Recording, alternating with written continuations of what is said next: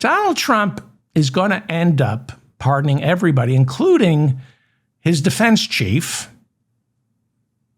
Pete Hegseth, and everyone inside the Pentagon involved with these airstrikes on suspected narco-terrorists in the Caribbean and Eastern Pacific, as well as the Caribbean.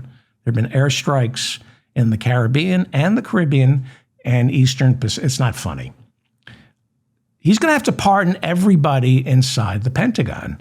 There's been a steady leak from Pentagon officials high up who say Trump and Pete Hegseth have been advised by lawyers working inside the Defense Department that nothing about these airstrikes is legal.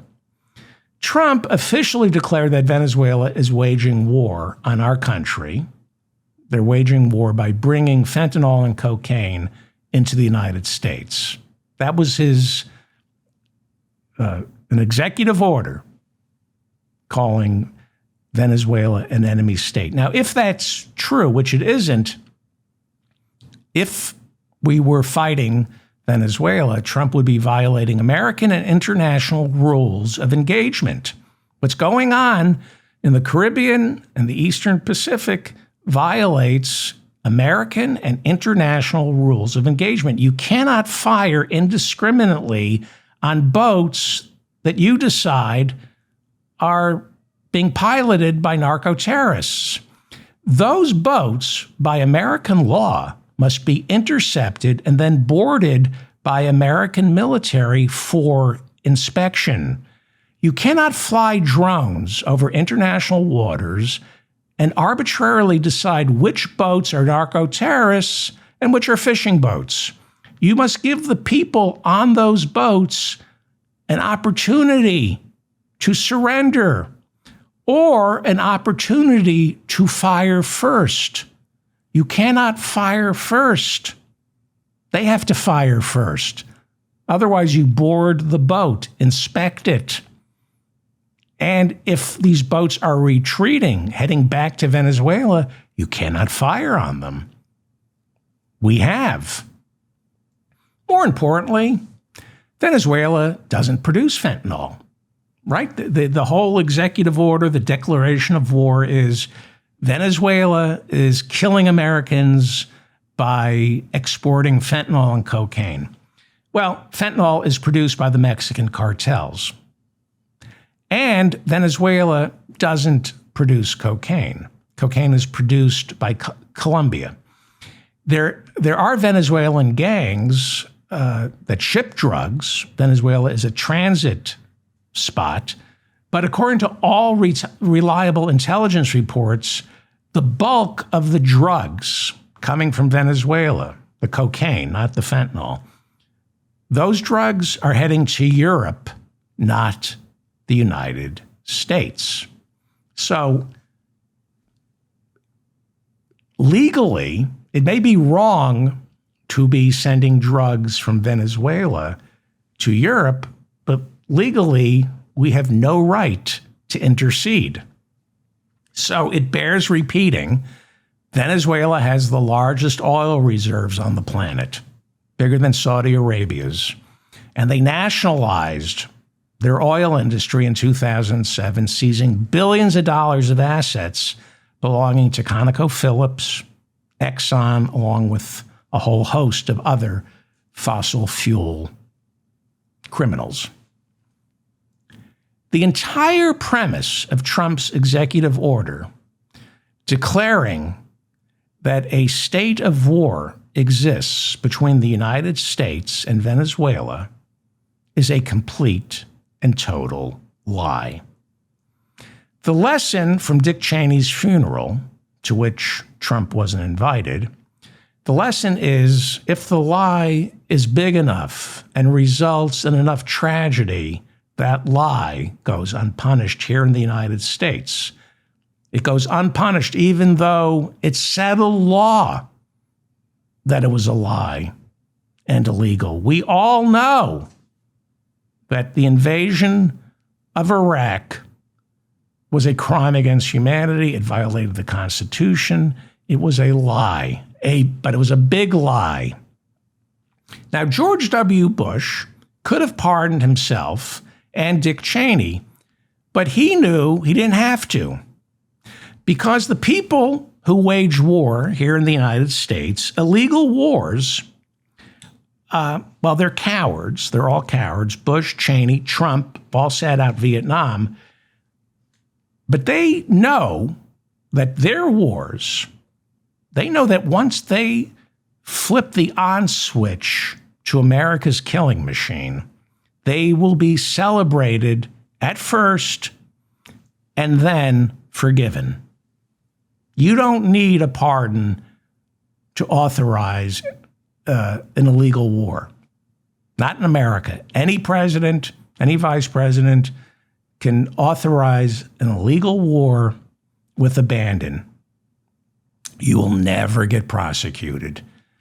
And you just need time. Eventually, our country finds a way to forgive you for that illegal war and then celebrate you. There is now a nostalgia, an aching for George W. Bush and Dick Cheney. People actually miss Dick Cheney and George W. Bush, especially young people. There have been some studies. George W. Bush is polling better now with young people who weren't conscious during the Bush years. And even adults, because Americans have no memory. And they believe these were honorable men. Honorable men. Just because your daughter stood up to Donald Trump doesn't make you a good person. So don't for one second point to the Roberts Court's immunity ruling from July 1st of last year. Don't point to that ruling and say, now a president can do whatever they want. They always could. They always could. If the crime is big enough, a president can get away with anything, including genocide on an industrial scale. That being said, the underlings pay a price. Even if they get pardoned, they pay a price. They have to spring for lawyers before the pardon. The Trump administration right now, gearing up for this war, is covering its tracks legally. This week, Trump officially labeled Nicolas Maduro, the leader of Venezuela, a terrorist. So that lays the legal groundwork for a land invasion without congressional approval, thanks to a 2001 congressional authorization for the use of force against terrorism passed in the immediate aftermath of 9/11. Thanks to this war authorization from 2001, a president can still commit troops or launch airstrikes all over the world without congressional authorization, as long as he calls the target a terrorist. And who decides whether they're terrorists? The president. Just to add insult to injury, Trump and his Justice Department, according to The Guardian, has opened up an investigation into the discredited conspiracy theory that Venezuela tampered with voting machines in 2020 to help steal the election for Joe Biden. So right after Trump lost in 2020, and in the immediate lead up to January 6th, you had people like Rudy Giuliani, his other lawyer, Sidney Powell. They began spreading a lie that Venezuela had figured out a way to tamper with the Smartmatic and the Dominion voting machines in order to flip Trump votes to Biden votes. Well, Sidney Powell, one of Trump's lawyers, pled guilty in the Georgia RICO trial back in 2023. She's one of the people who went down. I mean, that RICO trial wasn't a complete failure. A lot of people got ruined by it. So Sidney Powell, when pleading guilty in Fani Willis's Georgia RICO trial in 2023, Sidney Powell admitted those claims about Venezuela tampering with the 2020 election She admitted they're unproven. Rudy Giuliani spread that lie, and he got sued by Dominion and Smartmatic for falsely claiming Venezuela was tampering with their machines. Trump's very own Department of Election Integrity in 2020 called the claims about Venezuela hacking voting machines false. Audits, so Trump fired the guy who announced that in the lead up to January 6th. Audits conducted on Dominion and Smartmatic machines proved that this was nothing but a conspiracy theory. Venezuela wasn't tampering with the 2020 election. Fox News' $787 million settlement with Dominion voting machines proved there was no truth to any of this. That's the reason Tucker Carlson was one of the reasons Tucker Carlson was fired from Fox News. One of the chief reasons Fox News had to pay Dominion voting machines $787 million is because they brought Sidney Powell and Rudy Giuliani on their shows, and they kept claiming that Venezuela tampered with Dominion voting machines, flipping Trump votes to Biden votes.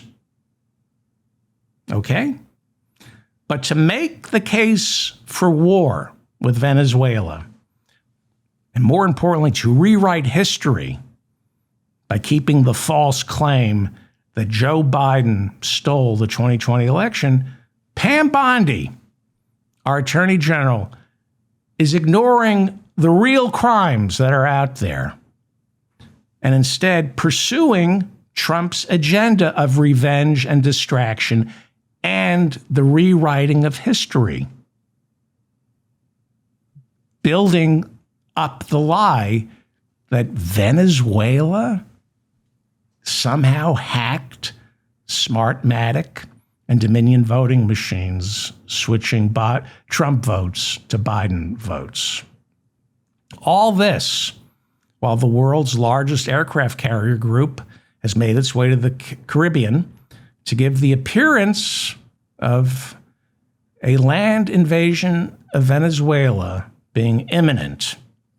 According to a new CBS YouGov poll, and this is a pretty reliable polling unit, 70% of Americans oppose war with Venezuela. Trump has done a piss-poor job selling Venezuela as our enemy.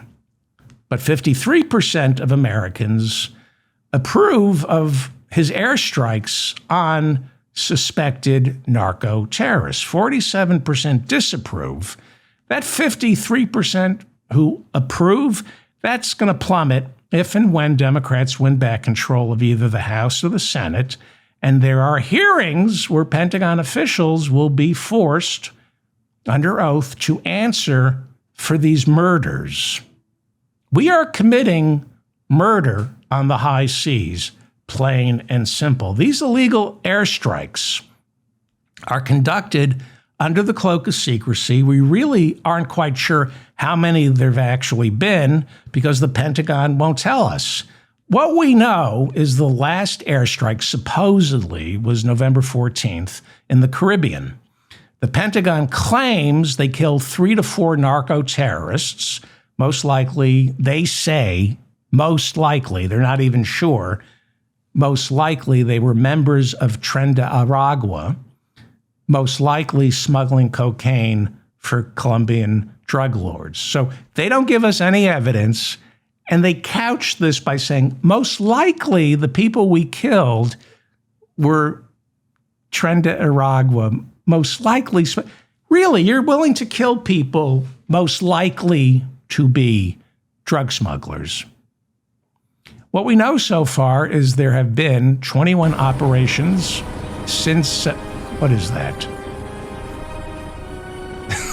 Okay, we know that there have been 21 operations since September 17th in the Caribbean. 21 operations since September 17th in the Caribbean, off the coast of Venezuela. 83 people that we know of have been killed, that we know of. 83 people have been killed that we know of. There are also 3 survivors. Now, please pay attention to this. This is really important, okay? There are 3 known survivors of these 20, how many are there? 25 operations? How many did I say? 21 operations since September. Yes, 17 in the Caribbean, 4 off the coast of Venezuela. 83 killed. 3 known survivors. Now, they hold the key. Survivors hold the key to whether these airstrikes are targeting narco-terrorists. Are they targeting gang members or fishermen? Everything you need to know is revealed by these 3 survivors. Do you know who they are? 2 of the survivors were fished out of the water on October 16th after the Pentagon sank a semi-submersible boat, which our Pentagon claimed was piloted by narco-terrorists. So on that attack, 2 people were killed. There were 2 survivors. The 2 men were retrieved by Navy helicopters, immediately given medical attention, and then interrogated, right? They're enemy combatants. So you would assume these are narco-terrorists, gang members. And because they're so dangerous, they would be brought back to the United States to face trial, be held as enemy combatants. You know, this is the United States. You know, we would torture them to get crucial information about our enemy. No, didn't happen. These are the most dangerous people on the planet, says Donald Trump. We get our hands on 2. What do we do with them? One of them was a 28-year-old Colombian national, not a Venezuelan. He was interrogated, handed over to Colombia, and they released him. Colombia interrogated him. Just a fisherman, says Colombia. President of Colombia wants reparations for this guy, as well as several other Colombian fishermen we've killed in these airstrikes. Okay, again, 3 survivors. That's the first survivor that we know of. The other survivor was an Ecuadorian national, not a Venezuelan,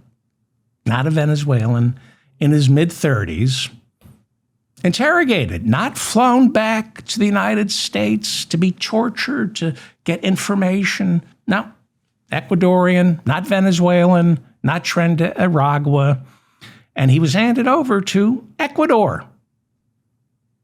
Both countries, Colombia and Ecuador, interrogated these 2 survivors and concluded they were fishermen, which means the submersible that we sank was a fishing boat.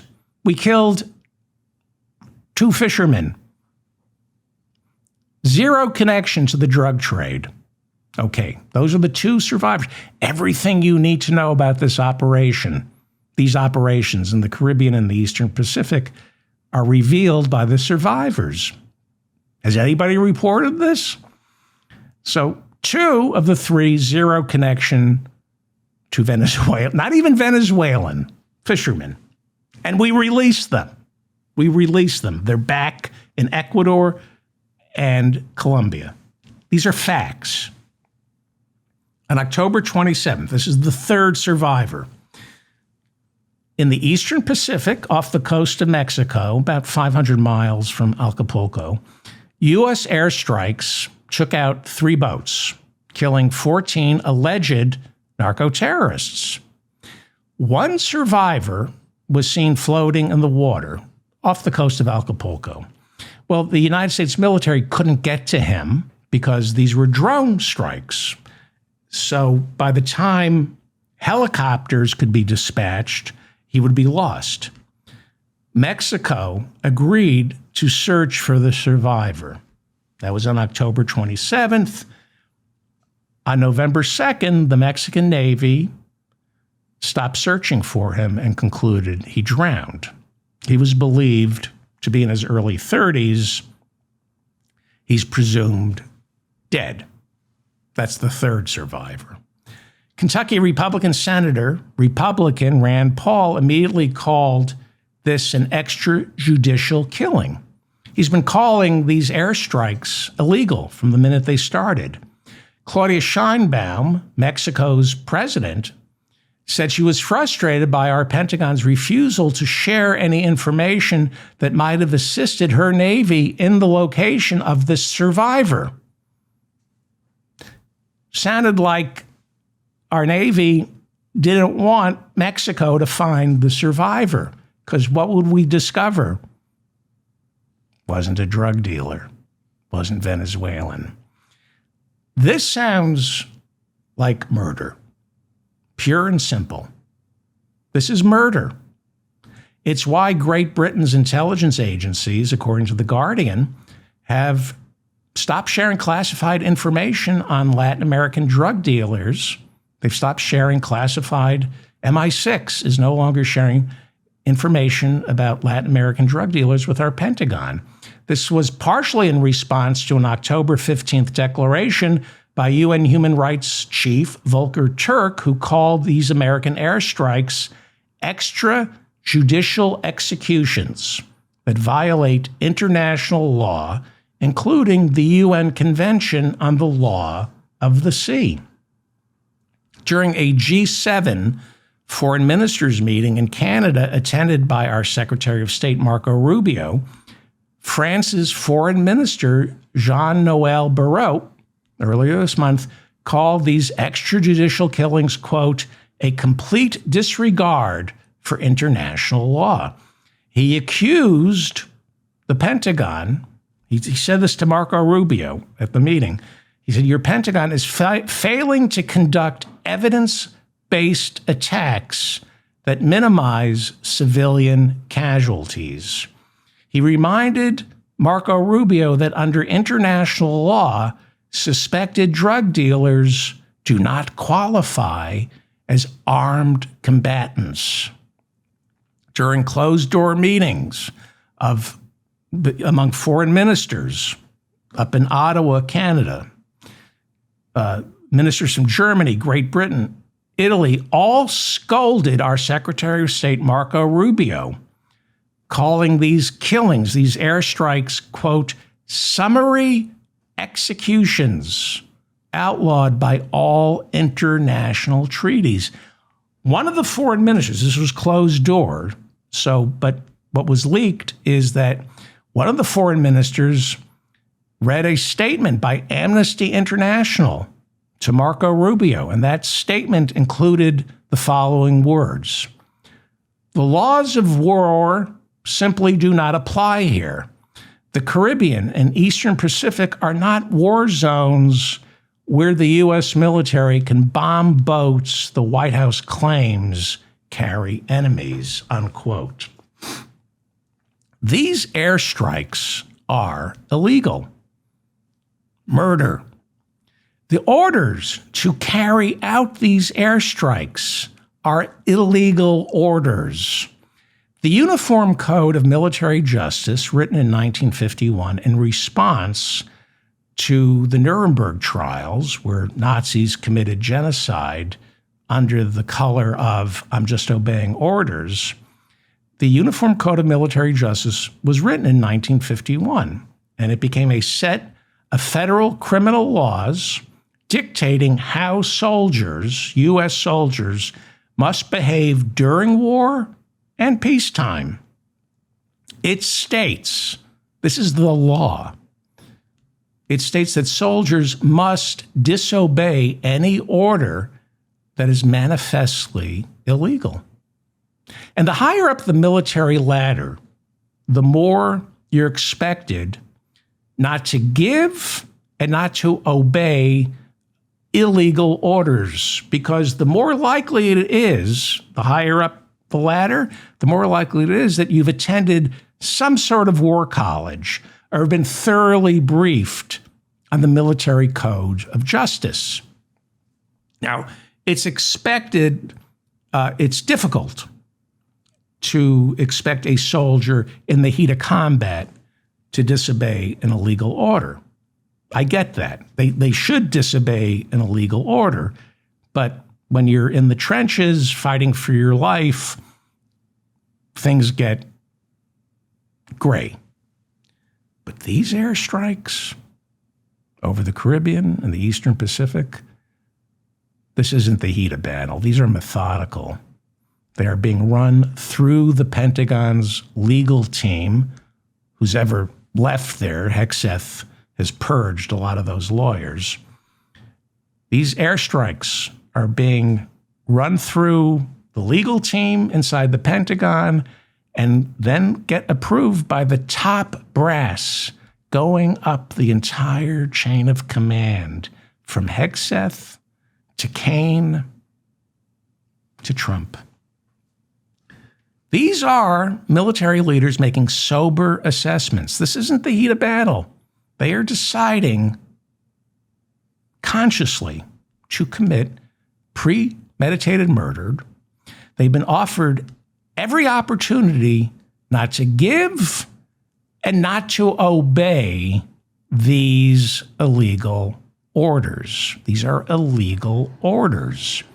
It's why on November 18th, 6 congressional Democrats, veterans, some with backgrounds in our intelligence community, they recorded a public service announcement reminding members of the military, quote, "Our laws are clear.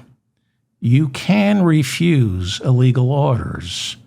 You must refuse illegal orders." Trump immediately accused these 6 Democrats of treason, calling them traitors. In bold caps, he declared it was seditious behavior punishable by death. The FBI is now investigating all 6 of these Democrats. One of them is Arizona Democrat Senator Mark Kelly, who, besides being a former astronaut, was a Navy captain who served in the armed forces for 25 years, flew 39 combat missions during the first Gulf War. Our defense chief, Pete Hegseth, ordered an investigation into Kelly, claiming that his status as a retired Navy captain makes him accountable under the Uniform Court of Military Justice's laws against misconduct. And Hegseth and Trump are claiming it is misconduct to remind the military of what it says in the Uniform Code of Military Justice's laws. A full report on whether Senator Mark Kelly broke any laws by reminding soldiers what the laws are. A full report will be placed on Pete Hegseth's desk by mid-December. Kentucky Republican Senator Rand Paul came to Senator Kelly's defense, calling it reckless to accuse Kelly and the 5 other Democrats of being traitors merely for citing what's inside the Uniform Code of Military Justice. And you might recall Rand Paul, Republican senator, has repeatedly gone on record calling all these airstrikes illegal.